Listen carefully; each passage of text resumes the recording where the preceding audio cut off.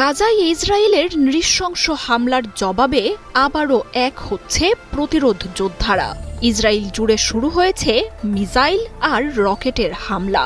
গাজা থেকে রকেটের বহর পৌঁছে যাচ্ছে নেতানিয়াহুর দেশটিতে, আর সর্বশক্তি নিয়ে ইসরায়েলের সামনে দাঁড়িয়েছে ইয়েমেনের প্রতিরোধ গোষ্ঠী। অব্যাহত এসব হামলায় বৃহস্পতিবার দিনভর ইসরায়েলের লাখ লাখ বাসিন্দা ছোটাছুটি করেছে আশ্রয় কেন্দ্রগুলোতে। আল মায়েদিন জানিয়েছে, ইসরায়েল হামলা চালিয়েছে লেবাননের প্রতিরোধ গোষ্ঠীর ঘাঁটিকে কেন্দ্র করেও। তাই গাজা আর ইয়েমেনের সাথে যে কোনো সময় ফিলিস্তিনের সমর্থনে ইসরায়েলে তাণ্ডব শুরু করবে লেবাননের প্রতিরোধ দলটিও। যুদ্ধবিরতির চুক্তি লঙ্ঘন করে গাজায় আবারও বর্বরোচিত হামলা শুরু করেছে নেতানিয়াহুর দখলদার বাহিনী। তবে নিরস্ত্র আর নিরীহ ফিলিস্তিনিদের বিরুদ্ধে ইসরায়েলি বাহিনীর এই পদক্ষেপে বসে থাকেনি ইসলামী প্রতিরোধ অক্ষ, যাদের গড়েই তোলা হয়েছে ফিলিস্তিনকে রক্ষায়। সেই প্রতিরোধ যোদ্ধারা এবার হামলা শুরু করেছে তেল আবিবে। দেশ জুড়ে তোলপাড় ওয়ালটন ফ্রিজ কিনে আপনিও হয়ে যেতে পারেন মিলেনিয়ার। ইসরায়েলের বিরুদ্ধে যেন ইয়েমেনের মহাশক্তিশালী প্রতিরোধ যোদ্ধারা কোনো পদক্ষেপ নিতে না পারে, সেই লক্ষ্যে গাজায় হামলা শুরুর আগেই ইয়েমেনে আক্রমণ চালায় ট্রাম্পের মার্কিন সেনারা। যুদ্ধ জাহাজ থেকে একের পর এক ক্রুজ মিসাইল আর বিস্ফোরক ভর্তি বিমান ছুটে যায় ইয়েমেনে। তবে যুক্তরাষ্ট্র যে প্রতিরোধ দলটির অস্ত্র ভাণ্ডারের ধারে কাছেও পৌঁছাতে পারেনি, তা ইসরায়েলে হামলা চালানো থেকেই পরিষ্কার হয়ে গেছে। ইসরায়েলের বিমান ঘাঁটি সরবরাহ আসা বিমানবন্দরে শক্তিশালী ব্যালিস্টিক মিসাইলের হামলা চালিয়েছে প্রতিরোধ যোদ্ধারা। ইয়েমেনকে দমনে এরপর আরও তৎপর হয়ে ওঠে মার্কিন বাহিনী। তবে যুক্তরাষ্ট্রের আরেকটি MQ-9 ড্রোন ধ্বংসের পর বার্তা দিয়েছে দেশটির প্রতিরোধ যোদ্ধারা। জানিয়েছে, যুক্তরাষ্ট্রকে মোকাবিলার পাশাপাশি সাগরে ইসরায়েলের জাহাজ ধ্বংস আর নেতানিয়াহুর দেশটিতে ভয়াবহ হামলা সব একযোগে চালিয়ে যাবে ইসলামী এই প্রতিরোধ গোষ্ঠী। আর এরপরই ইসরায়েলের হাইফা শহরের সামরিক ঘাঁটি লক্ষ্য করে মিসাইল ছোড়ে যোদ্ধারা। ইয়েমেনের এই হামলায় বাংকারে আশ্রয় নেন 20 লাখের বেশি ইসরায়েলি। পার্লামেন্টের মিটিং স্থগিত করে বাংকারে ছুটে যান নেতানিয়াহু। ইসরায়েলে হামলার এই একই সময়ে লোহিত সাগরে মার্কিন রণতরী লক্ষ্য করেও মিসাইল হামলা চালায় ইয়েমেনের যোদ্ধারা। শুধু ইয়েমেনই নয়, ইসরায়েলে হামলা চালানো হয়েছে গাজা থেকেও। ইয়েমেনের মতো শক্তিশালী না হলেও কাশেম ব্রিগেডের ছোড়া রকেটের বহর আছড়ে পড়ে ইসরায়েলের দক্ষিণাঞ্চলে।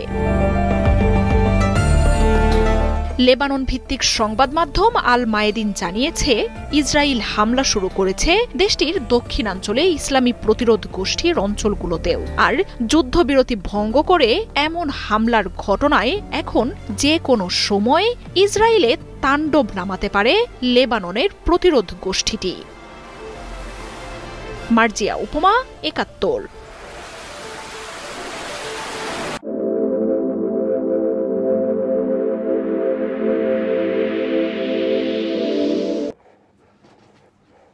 মোটামুটি কত হাজার ইহুদিক মারছিল, তখন ইহুদিক মারার জন্য মনে করো এই পরে মাইরে হারা দিছিল, যাতে এত মানুষ মারছো কিসের জন্য।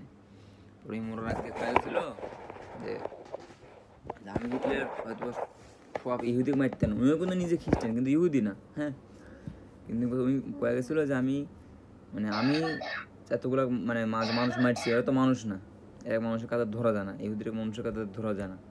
এবার মরে তারা একটা ভাষণ দিয়ে গেছিলো যে আমি হাতে গোনা কিছু ইহুদি রেখে গেল, আজ থেকে কিছু বছর পর 15 বছর 20 বছর 100 বছর পর যদি এই ইহুদিতে ইহুদি বাড়তে যখন আবার তখন আমরা বেইমানি করা শুরু করবি, তখন দুনিয়ার মানুষ আমাকে চিনবি যে আমি কিসে মারছো নি ইহুদি।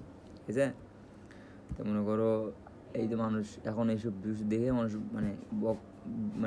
বুঝে যে না ওই কিসে মারছিল ইহুদি, কিসে দেখতে পারছিল না। মাদার সুদ্রা এত পরিমাণ খারাপ, করার মতো না, একবারে বিশ্বাসঘাতক একটা যাইতেরা, কি কব তোমাকে। তো তো হিটলার মনে মেরে ফেলতেছিল এই জন্য ইহুদি মারছিল দেখে, কিন্তু এই কথা কয়ে গেছিলো, তো কথাটা বাস্তব। এত পরিমাণ খারাপ যায় আল্লাহর জমিনত নেই।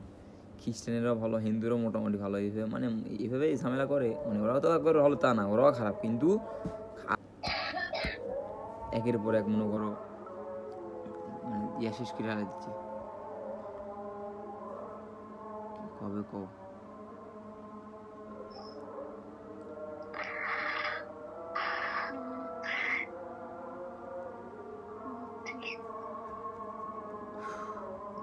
বাচ্চারা রে,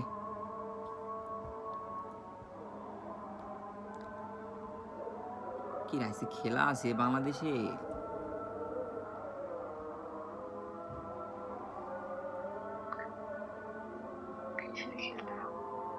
খেলা হবে আজকে আর্জেন্টিনার।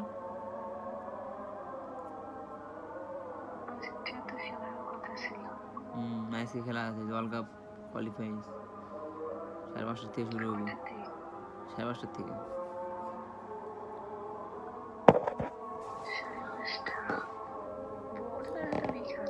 না এই এখন শুরু হবে, আধা ঘন্টা পরে, 40 মিনিট। দেখো না, পাগল নাকি তুমি? হ্যাঁ,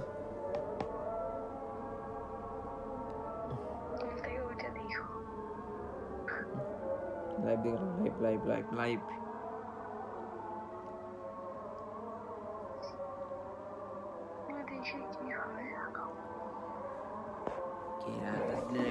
দেখি না খেলা, ইহুদির যায় এত খারাপ একটা যায় তেরা।